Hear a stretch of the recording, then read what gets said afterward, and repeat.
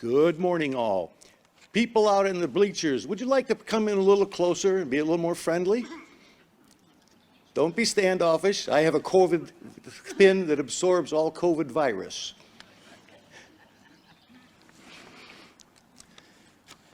Welcome.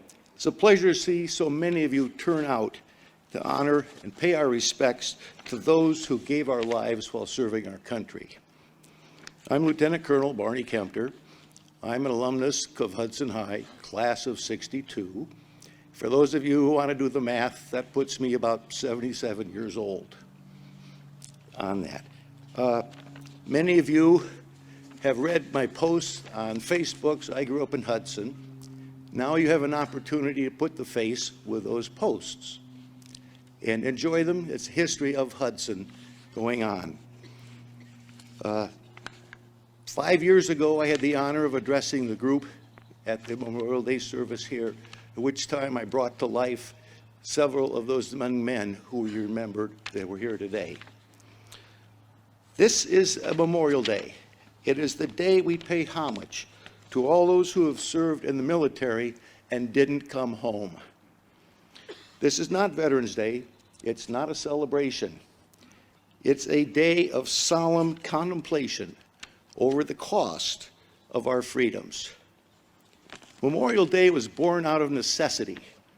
After the American Civil War, the battered United States was faced with the task of burying 600,000 to 800,000 men and women who had lost their lives in that service, both Union and Confederate. It was the biggest, bloodiest military conflict in American history. The first national commemoration of Memorial Day is attributed to Arlington Cemetery, May 30th, 1868, where both Union soldiers and Confederates were buried.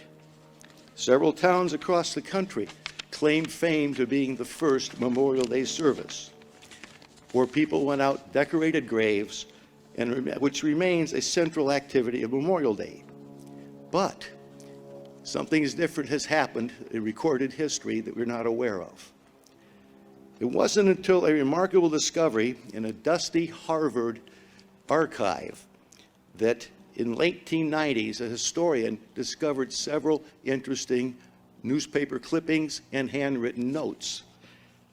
Memorial Day was first commemorated by an organized group of black freed slaves less than a month after the Confederacy surrendered.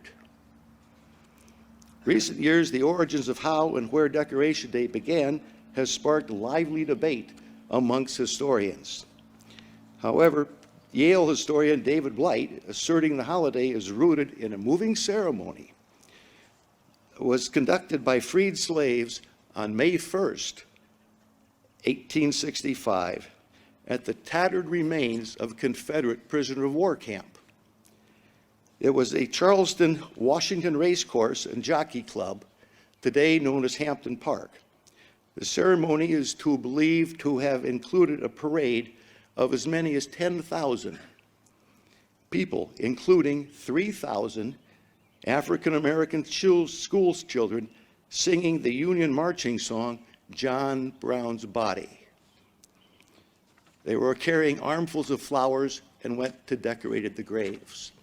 Interesting that there would be a tie back to Hudson with that song from John Brown. Most importantly, whether Charleston's Decoration Day was the first is attended by Charleston's black community. Mike. AJ, Mike. We'll continue on. This is why you moved in closer, so you can hear this. Okay. Most importantly, 2 weeks prior to the ceremony,